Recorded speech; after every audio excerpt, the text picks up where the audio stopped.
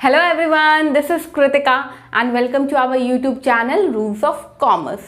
Last class हमने पढ़ा था chapter 5 that is BRS bank reconciliation statement का इंट्रोडक्शन क्लास था वो।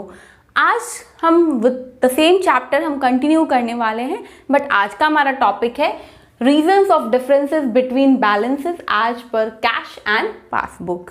आपको पता है ना, कैश बुक होगा और पासबुक होगा, उन दोनों के बैलेंस में अगर डिफरेंस आएगा तो हमें BRS प्रिपेयर करना पड़ता है। अब BRS क्यों प्रिपेयर करना पड़ता है, किस रीजन से इन दोनों के बैलेंसेस में डिफरेंस आता है, हमें ये जानना है। Difference due to timing in recording entries, ये है हमारा फर्स्ट पॉइंट। मैंने चेक इशू किया तो कैश बुक में तुरंत ही एंट्री हो जाती है, बट जब चेक पेमेंट होगा तब हम जाके पासबुक में एंट्री करते हैं। अगर इन दोनों के बीच में 10 डेज 15 डेज का गैप है और वो स्पैन में ही अगर आप BRS प्रिपेयर कर लेते हैं तो आपका कैश बुक का बैलेंस डिफरेंट आएगा और पासबुक का बैलेंस भी डिफरेंट आएगा। इसी आपके हेडिंग के अंदर हमारा सब हेडिंग है cheque issued but not yet presented for payment. Cheque issue हो गई, चेक इशू किया नहीं कि कैश बुक में एंट्री हो गई, बट जब तक हम बैंक में उसे प्रेजेंट नहीं करेंगे पेमेंट के लिए तब तक पासबुक में एंट्री होती नहीं है। और इन द मीनवाइल अगर आपने BRS प्रिपेयर कर लिया तो आपके बैलेंस डिफरेंट आएंगे।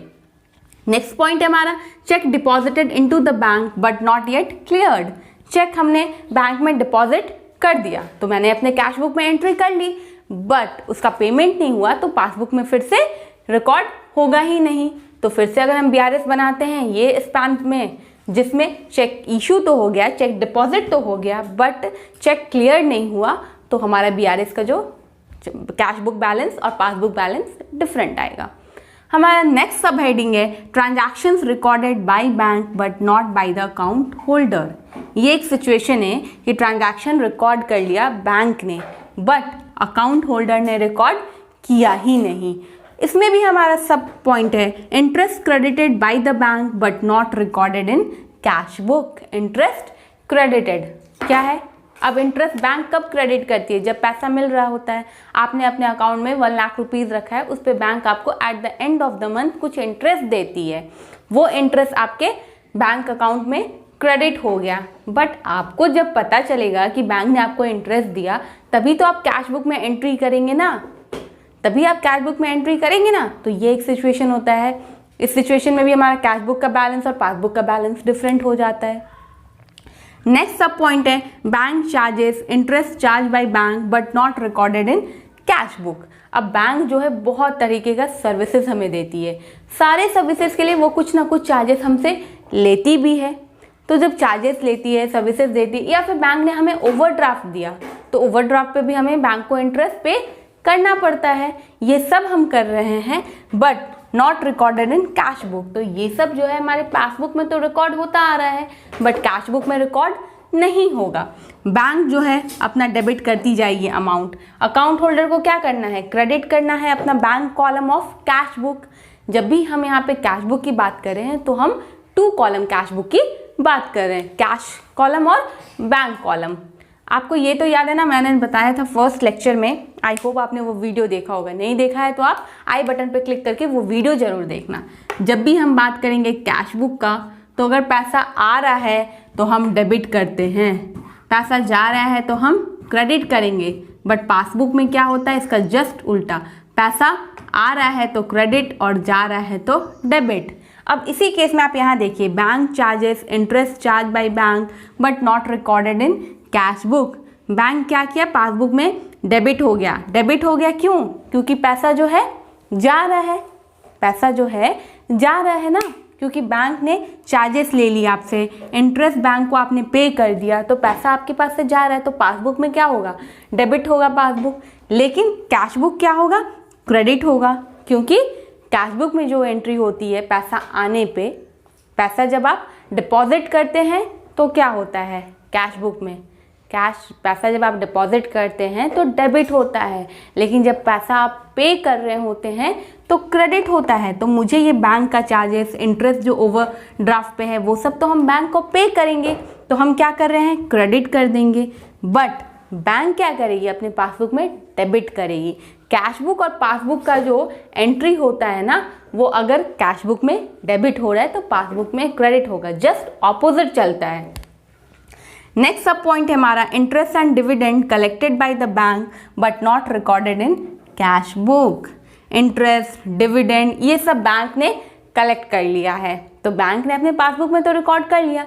जब तक आप पासबुक अपडेट नहीं कराएंगे, बैंक आपको पासबुक देगी नहीं, तब आपको पता नहीं चलेगा। अब ये ट्रांजैक्शन के बारे में आपको पता ही नहीं चला कि बैंक ने इंटरेस्ट कलेक्ट कर लिया है, डिविडेंड कलेक्ट कर लिया है, तो आप कैश बुक में एंट्री करेंगे ही नहीं ना। नेक्स्ट सब पॉइंट है हमारा direct payment by the bank not recorded in cash book. अब मैंने बैंक को स्टैंडिंग इंस्ट्रक्शन दे के रखा है कि आप रेंट पे कर देना 10th को, आप इंश्योरेंस पे कर देना 5th को, तो बैंक तो अपना पे करती चली जाएगी, बट आप शायद रिकॉर्ड करना भूल गए कैश बुक में। आप रिकॉर्ड नहीं करेंगे तो फिर से बैलेंस जो है वो क्या होगा, डिफरेंट हो जाएगा हमारे कैश बुक में भी और हमारे पासबुक में भी। नेक्स्ट सब पॉइंट है direct deposit into bank by a customer not recorded in cash book. अब किसी कस्टमर ने क्या किया कि डायरेक्टली हमारे अकाउंट में पैसा डिपॉजिट कर दिया, तो हमें तो कुछ पता ही नहीं है। अब हमें पता नहीं है तो हम अपने कैश बुक में कहाँ से डेबिट करें, क्योंकि पैसा आ रहा है ना, तो हमने तो डेबिट किया ही नहीं, अपना बैंक कॉलम हमने डेबिट किया नहीं किया, क्योंकि हमें पता ही नहीं। डायरेक्टली कस्टमर ने क्या किया, बैंक में जाके हमारे अकाउंट में पैसे डिपॉजिट कर दिए। तो ये सारे सिचुएशंस में भी क्या होंगे, हमारे कैश बुक का जो बैलेंस है और पासबुक का जो बैलेंस है वो डिफरेंट हो जाएगा। सब पॉइंट है हमारा dishonour of a bill discounted with the bank not recorded in cash book. अब जो बिल्स है उसके मैच्योरिटी टाइम पे ड्रॉई ने पेमेंट किया ही नहीं, ड्रॉई ने पेमेंट किया नहीं। अब बैंक क्या करेगी, बैंक ये करती है कि विद द चार्जेस के साथ वो अकाउंट होल्डर जो है उसके अकाउंट को डेबिट कर लेती है, उसका अकाउंट को वो क्या कर ली, डेबिट कर ली। तो पासबुक का बैलेंस हमारा घट गया, बट वो जो अकाउंट होल्डर है वो जो कैश बुक में हमने एंट्री की ही नहीं, क्योंकि हमें तो पता नहीं है। हमें जब पासबुक रिसीव होगा, पता चलेगा, तब ना हम अपने कैश बुक में रिसीव करेंगे। तो बाय दैट टाइम क्या हो रहा है, आपके कैश बुक का बैलेंस ज़्यादा है और आपके पासबुक का बैलेंस कम है। नेक्स्ट पॉइंट है हमारा bills collected by the bank on behalf of the customer. Bills collected by the bank on behalf of the customer. कुछ सामान बेचा गया और हमें बिल मिला, तो क्या किया बैंक ने क्या किया, पेमेंट कर दिया। बैंक ने क्या किया, अकाउंट होल्डर का जो अकाउंट था उसे क्रेडिट कर दिया, बट फिर से हमें पता नहीं है तो हमने एंट्री की ही नहीं, तो पासबुक का बैलेंस इंक्रीज है, ज़्यादा है, और कैश बुक का बैलेंस अभी भी कम है। तो इस तरीके से क्या हो गया, हमारा जो डिफरेंस है बैलेंस का कैश बुक और पासबुक का, वो हमें पता चलेगा कि there will be difference in between the balances as per cash book and passbook. Next heading है हमारा एरर्स। बहुत बार हम गलतियां भी कर लेते हैं। अगर हमें 1000 की जगह हमने 10,000 लिख दिया तो भी ये गलती है, तो भी कैश बुक और बैंक बैलेंस डिफरेंट हो जाएगा। या फिर हमें पेमेंट करना था सोहन को और हमने पेमेंट कर दिया सोनू को, तब भी क्या होगा, पासबुक और कैश बुक का बैलेंस डिफर कर जाएगा। तो ये सारे थे हमारे रीजंस कि क्यों हमारा कैश बुक का बैलेंस और पासबुक का बैलेंस डिफरेंट होता है। आई होप आपको वो समझ आया होगा। आपको समझ नहीं आया है तो प्लीज़ आप कमेंट सेक्शन में मुझसे पूछिए, या फिर इंस्टाग्राम पे आप डायरेक्टली डीएम कर सकते हैं।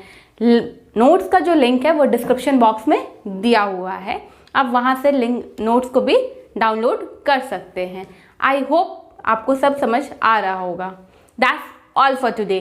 बाय बाय बच्चों, keep learning, keep hustling and don't forget to like, share and subscribe and do hit the bell notification icon to get the latest update. Follow Rules of Commerce on Instagram and Facebook.